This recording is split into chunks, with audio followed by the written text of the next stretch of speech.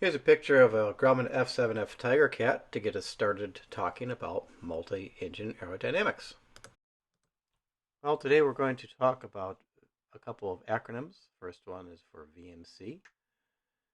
Combats is the acronym, and it's how we determine, or the FAA determines, the VMC on an airplane. C is for critical engine inoperative. In most conventional twins, that's the left engine, so it's the most critical for our operation.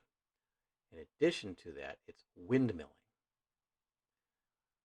Operating engine is at maximum continuous power. So we have prop forward, maximum power. M is for maximum weight of the airplane.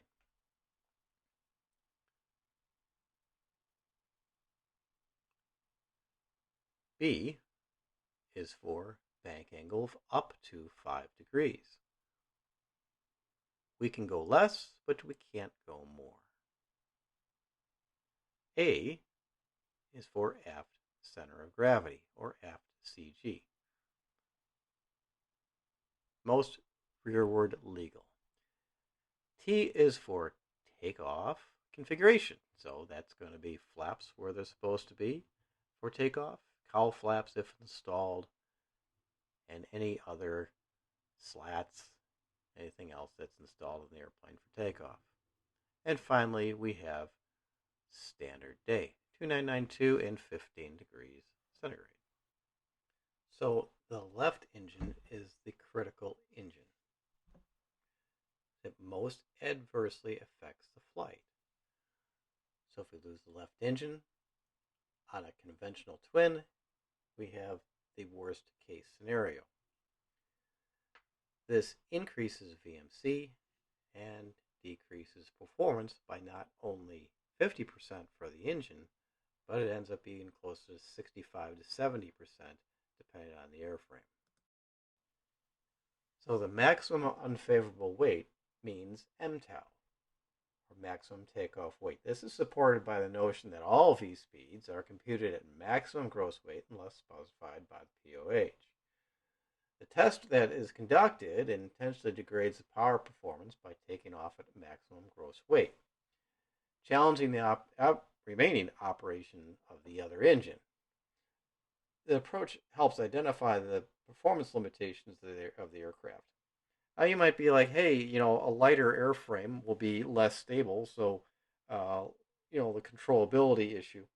Well, the FAA, the manufacturers all look at it as, let's look at the worst case scenario being a heavy airplane. Now, the airplane doesn't, by regulation, with some aircraft, need to be able to climb on a single engine, but they do want to see what the performance would be at the maximum weight. Banking up to 5 degrees into the operating engine is a crucial step for a multi-engine training. Banking in the working engine helps reduce the side of the fuselage flying into the relative wind and decreasing performance. This is a key part in directional control when using an engine, so it is included in the test.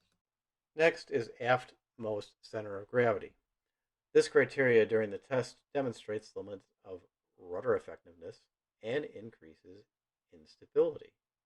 With the CG being so far aft, the lever arm impact of rudder control inputs is reduced. So we have to be careful about how we load the airplane. We're not loading it aft of CG or out of CG limits. We're loading it in CG limits and being cautious as to where in center of gravity we are. If you want to get the most performance out of the airplane as far as range, you want to have the center of gravity as far aft as you can to ensure that during the phases of flight it doesn't move further aft and put you out of CG. Conversely, we don't want to, or we can have the center of gravity further forward. That will have it so our VMC is lower. However, we have a less range on the airplane. T for takeoff configuration. They put the flaps down to create a high drag condition and simulate the conditions during takeoff. Our aircraft, the Diamond, and many people who learn the Seminole, we don't generally use the flaps for takeoff. We keep it a clean configuration, so it's not applicable to us. By regulation, the gear is not required to be down for this test. Note that having the landing gear down can actually help stabilize the aircraft because it'll act like the keel on a boat. It'll counteract the thrust and yawing tendencies experienced during single-engine flight. However, having the landing gear down will decrease your performance. Standard day. It's going to be 2992 or 1013 millibars, 15 degrees centigrade, 59 degrees Fahrenheit. It's just a standard measure. It's a baseline for everybody.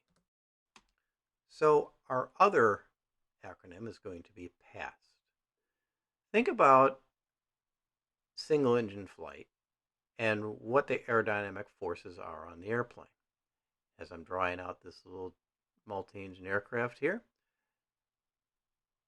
we're going to apply what we knew before to what we're going to learn now.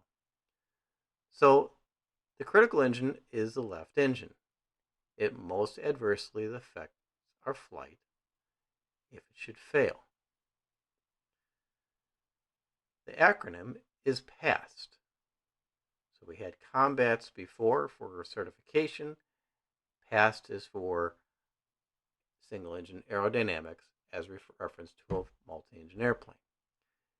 P is for P factor. So it's trying to turn the aircraft to the left, so we use right rudder. The arm between the prop on the right and the prop on the left is longer than the one on the left. So there's a bigger arm, more force.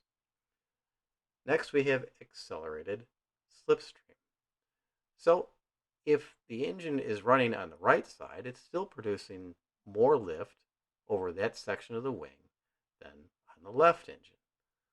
The left engine is just whatever aerodynamic forces are happening in the airplane, it's doing it. On the right side, you have the prop wash going over the top of the wing.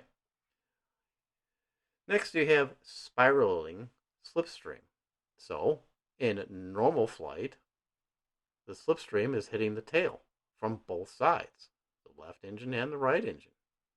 But, in the case of a failed engine, we're only getting slipstream on the right engine. So, we're getting half of that. So, we're not getting the additional effect from the rudder.